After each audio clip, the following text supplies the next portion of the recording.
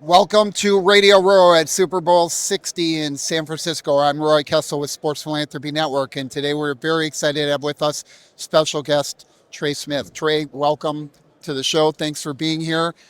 Interested to hear more about the work you're doing with your agency and the NFL players that you're representing. So take us through that process. Yes, thank you. I'm really happy to be here today with you, Trae Smith, NFL agent at PowerHaus Agency. We've been very blessed to be here this week with all these awesome NFL players. We've brought one of our players, Nehemiah Shelton, who played on the Eagles and Chargers the last few years in the NFL. We were with some other players last night as well at some of the events. So we're super excited to be here. I think it's a great platform for all the players to kind of come here and connect, work with different companies and brands, and grow their network too. So I know there's a lot that goes into the representation side, having been an NFL agent, and it's changed quite a bit now as the NIL has come up. Players are walking into the league with more options than they had previously. Yeah. So tell us about what you've seen and how that's changed over the last few years. Yeah, I mean, I think it's incredible. I had played football at UCLA, graduated in 2018, so I was 3 years before NIL. Wish I could have been able to have access to all these amazing resources, but I think, as an NFL agent, being able to work with the players even in high school, and that's one thing that we're doing now ourselves. We have a handful of players in high school, and those are starting at freshman, sophomore years to get to work with guys in college. But I think even outside of the representation, the players are also getting prepared to be really like businessmen, entrepreneurs, working with companies. They're getting media savvy. I think the players are not only going into the NFL with additional assets and income, but they have a lot of resources and additional training that I don't think they'd get access to if they didn't have NIL.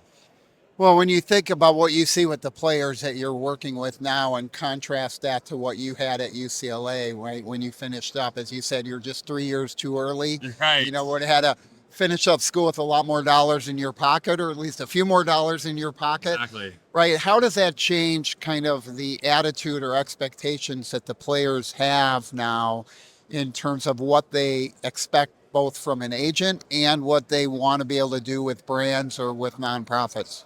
Yeah, I mean, I think for the most part, there is still not the most knowledge on the subject of NIL. So I think some people may have just a certain expectation of, hey, it's just about money and deals, and can you negotiate with my school to get me paid? But I think the players' expectations are, now that there is NIL, I think players want to know kind of what's available, like what's out there. Like, are there any things that are maybe out there that I don't know about? So that could be things like branding, starting a foundation, going to events like this, just starting to network. So I think as far as expectations, players are in a great position to really grow as athletes and people.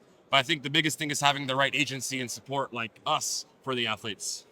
Yeah, and I think what you're talking about is that real life experience, right? The business element of it didn't used to start until you were in the NFL, Right. right? And now you can get paid. And now when we look at it, most states are going all the way back into high school and allowing players to capitalize on the NIL side.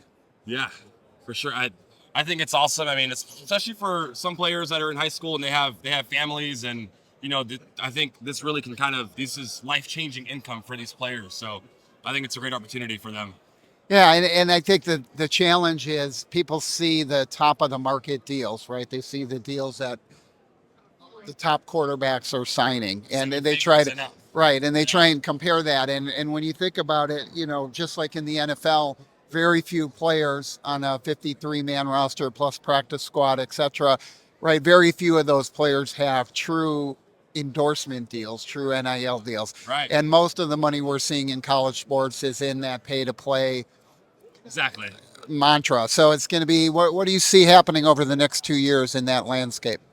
I think over the next 2 to 3 years, I think players are going to get paid more. I think even in 2021, when NIL was first available to players, we didn't really see these 6 to 7 figure deals. At least they weren't as public as they are now. It seems like now the norm is, if you are talented, if you have X amount of stars, your NIL will start at 6 figures, no matter what position you are. If you're a D tackle or a corner or a receiver, I think over these next couple of years, players are going to earn a lot more income. I think people might try to come in and try to regulate like they have the last few years, but I think it's going to be the wild, wild west for the foreseeable future.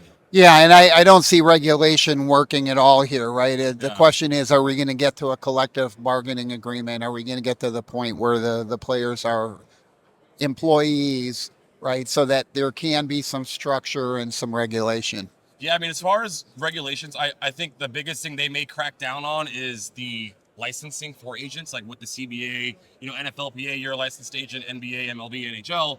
They may require some of these NIL agents to be licensed or do some kind of certification. There is, of course, with the Secretary of State, the athlete agent, you have to register with that. But I think the whole street agents scenarios, or there was a college coach talking about, hey, one of the players, his roommate is his agent. So I think we may see we might want to see agents getting some type of license for NIL, maybe. Yeah, and the problem is that, as you said, the states have their regulation. A lot of them are regulating only for college sports. Now it's backed up into high school sports, and there's no governing body in theory, right? Because you're not registering with the NFLPA or the NBPA or any of the other leagues. You're registering just to do, I'm not doing their contract. I'm just a marketing agent, right? I'm just a service provider, and you can use the word agent. You don't have to say you're an agent, right? Right. I'm a marketing company, and I do marketing and branding for players. Consultant. Yeah, there's so many ways. And it's a trouble spot for the players because they don't know who to rely on and who to trust and how to believe that space. So, Exactly. Trae, thank you for joining us here. Pleasure. Live from Radio Row at Super Bowl 60 in San Francisco. This is Roy Kessel signing off for Sports Philanthropy Network. Please remember to live generously. Thank you.